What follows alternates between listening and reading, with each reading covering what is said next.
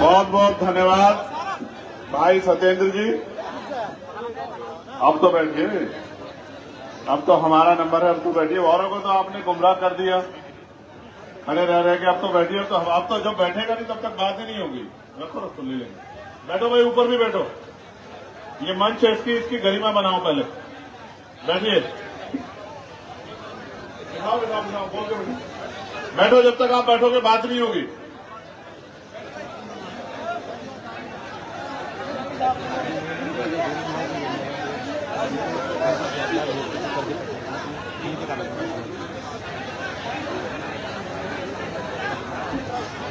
आप पे अलग इन्विटेशन भिजवाएं। बैठो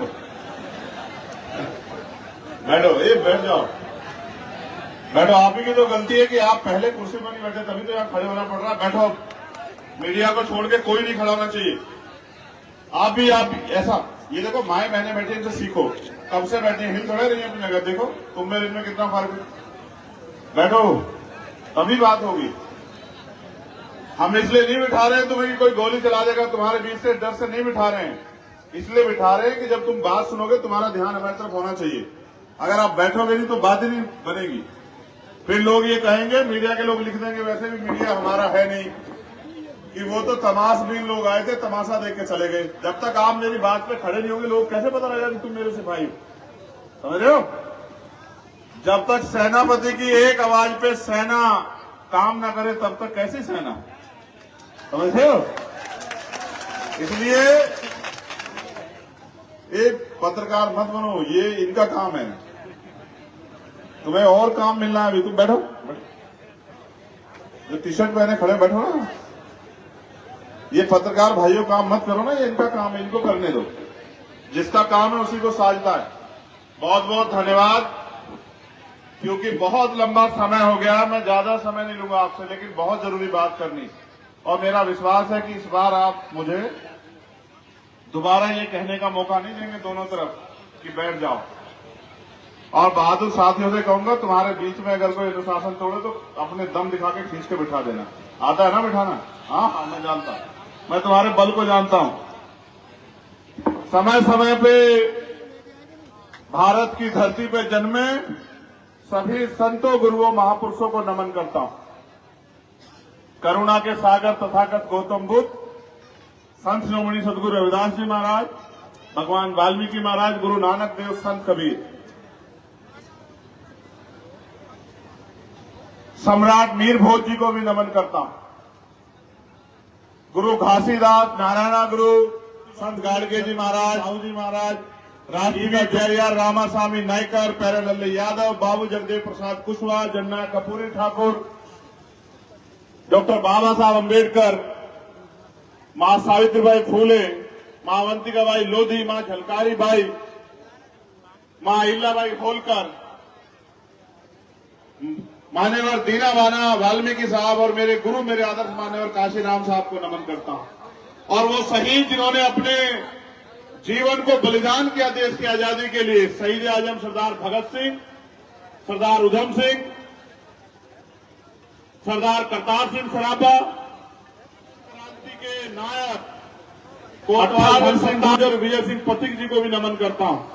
सर छोटूराम चौधरी चरण सिंह जी को भी नमन करता हूं। और क्योंकि ये मंच है चुनावी, मैं पहली बार आपके मंच, आपके क्षेत्र में चुनावी मंच में चुनावी बात करने और आपसे ताकत मांगने के लिए आया हूं। अब से पहले मैं जितनी बार आया आपके बीच आपको समझाने के लिए या फिर किसी जुल्म जाति के खिलाफ लड़ाई लड़ने के लिए आया। लेकिन सम्मानित साथियों, क्योंकि भारत में लोकतंत्र है, चुनाव होंगे, चुनाव में शक्तियां परिवर्तित होंगी। चुनाव एक बहुत बड़ा पर्व है जो कमजोरों को ताकतवर बनाता है और ताकतवर को अगर जनता चाहे तो मिट्टी में मिला देता है। मैंने अब से पहले हमारे बहुत ही सम्मानित नेतागणों की बात सुनी।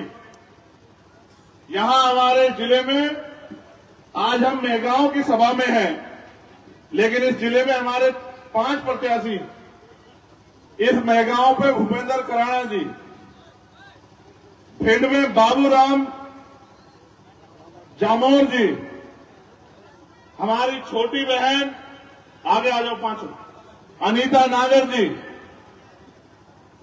लाहौर हमारे प्रत्याशी हैं अविलाटो कुशवाहा जी, अविलाट कुशवाहा जी, और हमारी 5वीं प्रत्याशी है पूजा नरवटिया जी, जो आज हमारे बीच अभी मौजूद नहीं, उनकी तबीयत खराब है, लेकिन उनके पति यहां हमारे बीच मौजूद। एक बार इन 5 की तरफ देखो, पहचानो, ये किसी धन्ना सेठ, किसी राजा महाराजे के बच्चे तो नहीं है। देखो, ये किसी उद्योगपति, किसी धन्ना सेठ, किसी माफिया के परिवार से तो नहीं है।